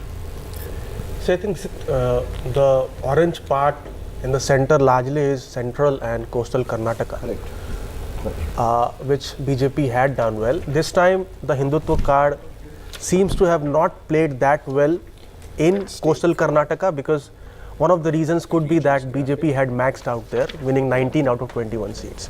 But the greater thing is on the Bombay Karnataka region. If you see, the Bombay Karnataka region is a Lingayat belt where the BJP is losing. So BJP is losing Bombay Karnataka. Hyderabad, they had already lost last time to Congress, which was one of the strong areas. And they have also lost in central Karnataka. Bengaluru, they are leading, but they are leading just by a few seats. They're retaining what they got last time. Yeah, they are largely retaining what they got. Status quo. Yeah, so it's like status quo. So they won by 250. Let's at this moment also just bring out before I go to Professor Sanjay Kumar at this moment to understand. Let's just put one set of data also out, and that will be interesting to have that conversation around that. We've been talking about all the various, in fact, regions as well, the bellwether seats, how they have gone and how they have worked as far as this entire election is concerned. Let's very quickly first talk about the Bangalore region. So 32 seats, 28 urban, 4 rural, 17 for the Congress. So if you compare it to 2018, it's the same number of seats that the Congress have been able to win. The BJP, where the Prime Minister focused a lot of his energies, +4 for the BJP and 4- for the JDS. So the BJP has won on the cost of the JDS here. Let's just move on to the other regions as well, just to give you a sense of how BJP is winning or the Congress has won in the various regions. Kalyan Karnataka region as well. Now, take a look at how this has placed. Now, the Congress party is +5 here. So it's not like a great difference. The 26 for the Congress here, 10 for the BJP. So they are -5 from 2018. JDS at 3, -1. Others have won. That's +1, which has gone to the others. Let's just go to Kittur, Karnataka very, very quickly. And in this area, this is where the Congress has gained significant number of seats. From Congress 32, gaining 60 seats, 50% more seats than they won in 2018. The BJP 15, down 14, and JDS also down 1 seat. South Karnataka, let's very quickly put that out as well in the regions. The Congress here also dominating, 48 plus 28 seats. BJP dropping 13 seats at 13 at this moment. And this is where the JDS has had the maximum hit. 15 seats down, 9 JDS has won. And very quickly, also just turn it around in the West Karnataka region as well, to give our viewers a sense. This is the coastal area where the BJP has dropped 9 seats. They are at 17. Congress up 8 seats at 14 and JDS at 1. Largely, at this moment, and Professor Kumar, if I can very quickly bring you in, Karnataka is also going the bipolar way. Is it safe to say, with the way JDS has been squeezed out, Karnataka now is largely a battle between the Congress and the BJP going forward from here? If we look at this election, it seems that it was a bipolar contest, because if you look at the vote percentages polled by these two parties, BJP has polled 36% vote and Congress has got roughly about 43. So if you club the votes of the two parties, they are taking a very large chunk of the vote. And JDS is... I've just interrupted you now because we've got Veerappa Moily who joins us at this stage, and I believe he's in a huge hurry and has to go. Mr. Moily, thanks very much for being with us. A fairly resounding performance of the Congress party. We were going through all of these data points, and I think there are 2 data points which really strike. First, the rural voter, where the Congress party has done really well. And secondly, making inroads into areas in coastal Karnataka where the BJP has had its stronghold. So would you say that these are a couple of the important regions where the Congress has done well? To be very frank with you, traditionally these areas belong to Congress party. In my memory, last 55 years in the Congress party, where I have played a very crucial and major role in the selection of candidates and also for getting success. We used to get, for example, Dakshin Kannada and Udupi district put together. We used to take 100% seats, 15 out of 15 seats. Not once. I think it happened more than 4 or 5 times. Sure. So it is question of strategy. That if you strategize properly, Congress will get back these areas also. Okay. And this time, the North Canada area, which is also again a coastal belt, that we strategized well, and that is how we got more seats. Mr. Moily, I must ask you, looking at the larger picture now, I think it's fair to say that on the basis of these elections, when 2024 comes, you will have a real fight in Karnataka. Perhaps you would be favored to win Karnataka in terms of the number of seats at the general election level. But do you believe that Karnataka alone has given the Congress an impetus looking ahead at 2024 beyond Karnataka as well? Yeah, it is definitely, these days, of course, we used to get the criticism from all quarters that, Congress is sinking. This has gone into the psyche of the congressmen because it has demoralized them all over the country. I'm referring to all over the country. And Congress can definitely make a comeback, not only in Karnataka, and many other states where we are going to have elections, either in Rajasthan, of course, we will get back, Madhya Pradesh. That, of course, is an entirely different story, sir. Yeah. So the chief ministerial candidate, and I'm sure, Mr. Moily, you would have known that I was going to ask you that. I didn't ask you that as the first question. I'm asking you as third. I'm being nice to you, sir. So give me a direct answer. Who is going to be the chief minister of Karnataka? You know very well. Even though I know it very well. Oh, but you do? I can't say that because. All right. So it's decided, sir?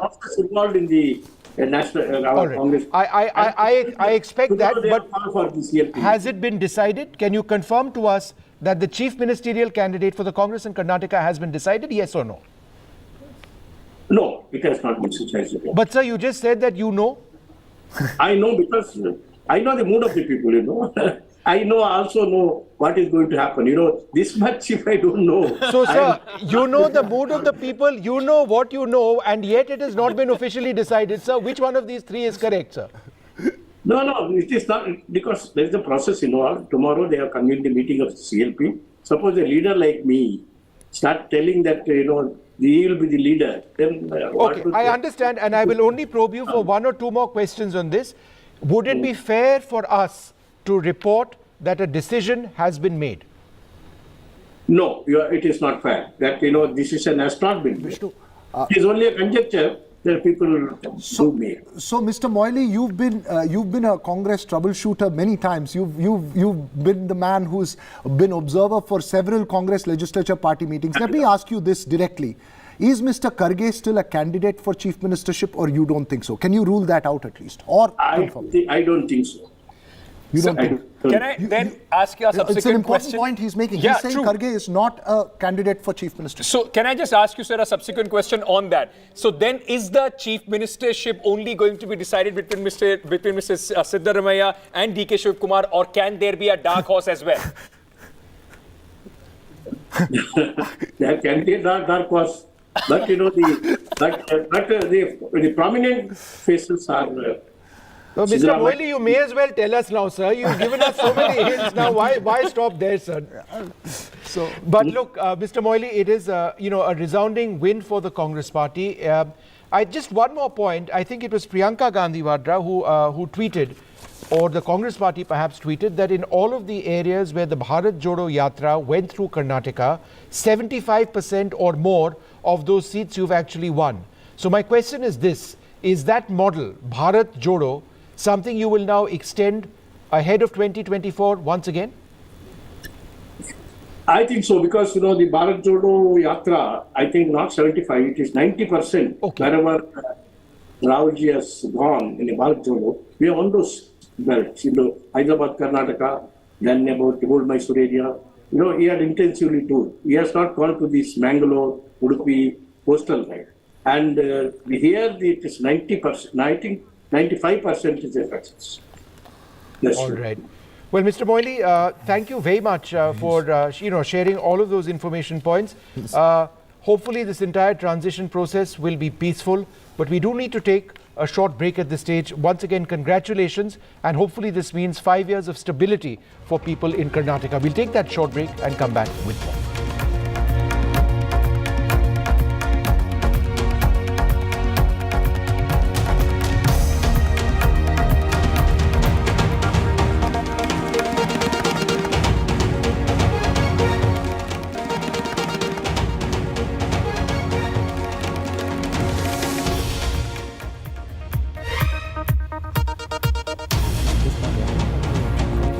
we are totally.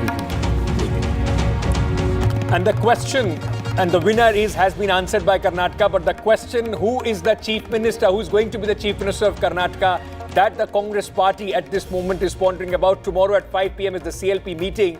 Interesting that Mr. Moily, just before going into the break, he said it has already been decided, then came down and said at least Mr. Kharge is not there in that race. Important how things play out as far as the Congress party is concerned, Veera. Now all eyes would be on the CM chair. That's right, all eyes on the CM chair. I think what Mr. Moily meant is that he doesn't think so. He said he got the pulse of the people, and perhaps with his experience, he was just trying to indicate what was there. But I think apart from that CM question, which I think we'll get an answer only tomorrow evening, or after the CLP meeting is over, I think the bigger question for today, and perhaps one for the BJP, is who is responsible for what the party's performance today, because there were two factions in the BJP. One was the central leadership, which was dictating shots, and the other was the state leadership. So Manisha Priyam, my question to you is really this simple. Who in the BJP should take the blame for the performance the party has had today? I know I've been given this question. I have a very clear answer. I'm going to give the answer first and not hedge around even one bit about this. So certainly as far as the anti-incumbency of the government is concerned, it is the outgoing Chief Minister, Basavaraj Bommai, who's to be blamed for that. For the party and organizational affairs and the ticket distribution, from what I've gleaned through the newspapers, I learned that it is Mr. B.L. Santosh. Now, so these are the two names. Now, I would give the credit to the Prime Minister, saying that towards the end, that campaign, whoever says whatever, it energized the BJP campaign. The vote share in the old Mysuru region has increased, even if seats have not been won. The JDS has been disseminated. Now, for having answered that hard question, I'm going to ask for one little, liberty, and which is to say that the real losers today are not the BJP, but the JDS. And I think if we ask the question, who takes the blame for what has happened to the JDS, I think we won't be able to find names. We will name family disputes. We may name who led the party. Devgowda came out at 90 and campaigned. I believe, when I've gathered, that he went through a dialysis every day almost and still went out and campaigned. So I think there are difficult questions to be asked, especially from those who've just not lost but even been disseminated in their own city. I get the JDS question, and it's an important one. Sanjay Kumar, I want to take the BJP question to you. Your opinion polls, you've gone through the data. What do you think was the crucial factor, the factor that resulted in the BJP's dismal performance today? And who's to take the blame for it?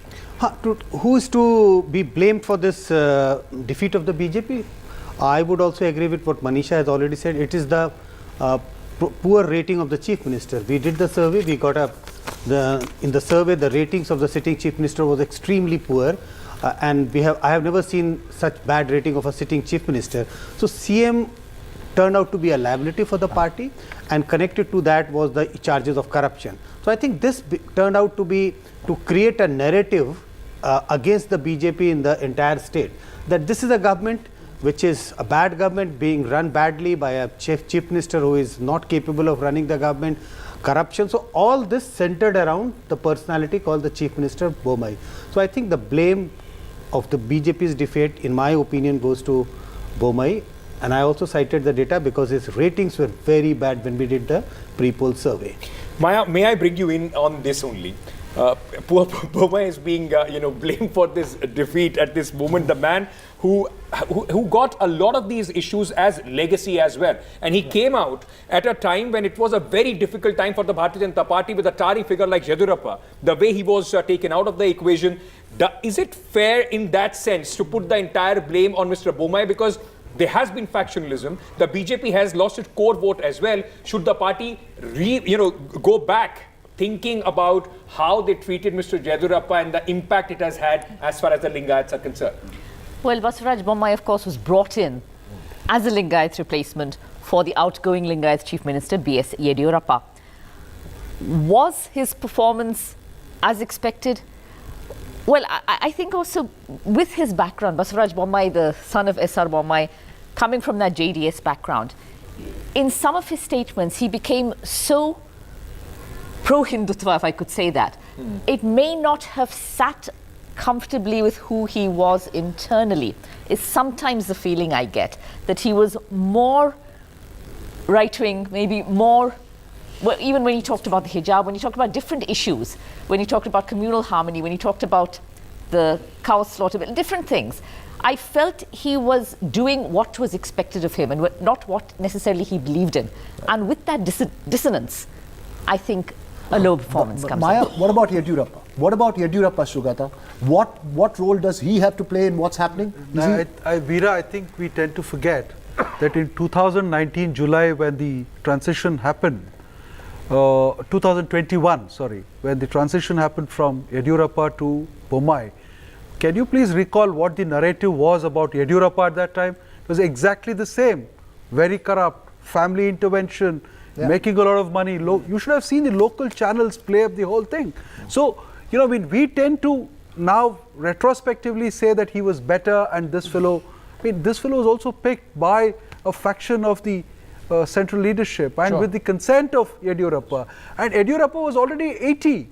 You know, I mean, the BJP hardly had any choice. So they had to pick somebody, they picked this man.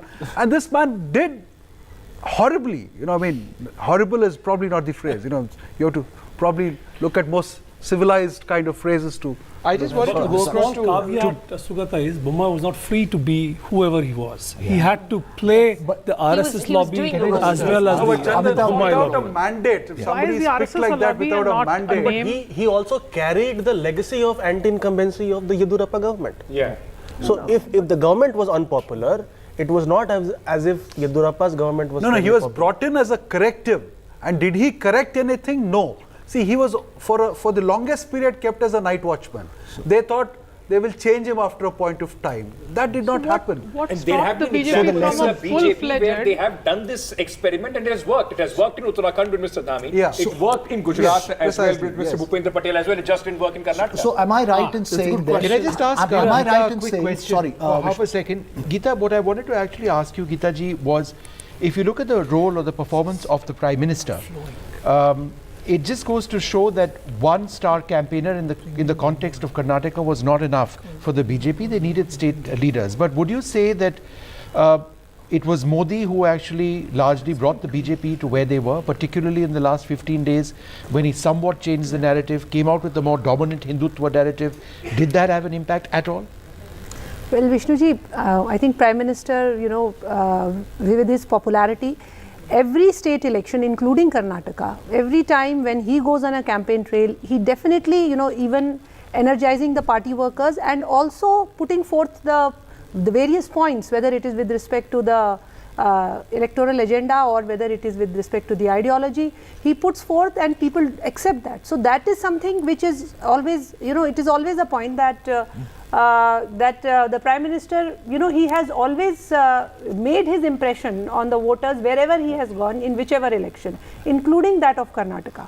Right, but also is this a lesson, Amitabh, quickly, and it's important, while we talk about the Prime Minister and his campaign there, is this also a lesson that in a southern state you cannot run a campaign out of Delhi?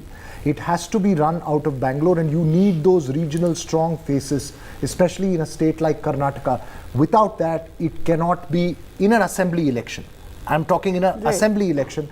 Is it, it's not going to work simply. So I would say in any state assembly election where BJP is the incumbent, this sort of strategy does not work. The strong lead, if the leader is not strong, Modi can come in the last moment, do some heavy lifting, but cannot cross it. So only 7% of the people or voters voted in the name of PM Modi in Karnataka. But 19% of BJP voters have voted in the name of PM Modi. So he's done some heavy lifting in the end, but was not able to negate the anti-incumbency of the current government. No, this has to be said. Yeah. Yediyurappa did not do Hindutva talk. And Bommai comes and starts doing all of that, the textbook revisions, the hijab, the azan, the meat, all of that happens after Bomaik steps in, and he is there because he allows for all that politics to happen. Yadurappa was assertive. Absolutely. He didn't let that lobby. I think then what is the name of it? After That's the 10 incumbency. months, he drops it like a hot potato and he does not want to talk about it. So also, because that is something when every time Mr. Yediyurappa was asked this question, he said these are non-issues. It is about the way the government works and what we bring to the people. That's also, at this moment, is also being seen as a shift as far as the BJP's thought process, ideological bent, and the way they want to move forward in Karnataka is concerned. Very quickly, Aishwarya Mahadev, I want to come to you. You are the winner today, though we were talking about a lot as far as the who to blame. Who does the Congress party? Because every time the Congress loses an election, BJP has more than 2 cents to give on who the Congress should be holding responsible for their defeat. What, as a winner today, who do you think in the BJP did not work? What did not work for the Bharatiya Janata Party? Any pearls of wisdom for your competitors? Ankit, I think the Congress has always been very gracious and very magnanimous that we will not pin blame on another party's personnel or office bearers or any of their leaders. We believe that this was the mandate of the people. We accept it. We're very, very happy. We're very excited. It's also a deep sense of responsibility that we have to serve the people of Karnataka that have suffered a lot. But I am not going to apportion blame to anybody. I think everybody tried to salvage what was a sinking ship in Karnataka, whether it's Mr. Yediyurappa, whether it's Mr. Bommai, because you also forget what Mr. Bommai inherited when he came to power. Some of you have also mentioned it. I just believe that this is a mandate that is pro-people, that is pro-issues, that is pro-progress, because we basically want to have the opportunity to serve the people of Karnataka, which has not happened for the past couple of years. And I'm not at this moment going to apportion blame or sit and point fingers at anybody. I think the IT cell chief of the BJP has done enough of that all through the day, so I will give that. All right, Aishwarya, that's terribly gracious of you. We will leave it at that for the moment, and we're going to be back at 9 o'clock, and we're going to continue with these trends. Ankit is going to talk us through the important flip seats. I think that's something that we need to look at. What exactly defines a flip seat, and a lot more. That's coming up. Do stay tuned. The Congress coming out trumps as far as these elections are concerned, 137 to 65. And again, the way I started this part of our programming, it probably means stability for people in Karnataka. That is so very critical.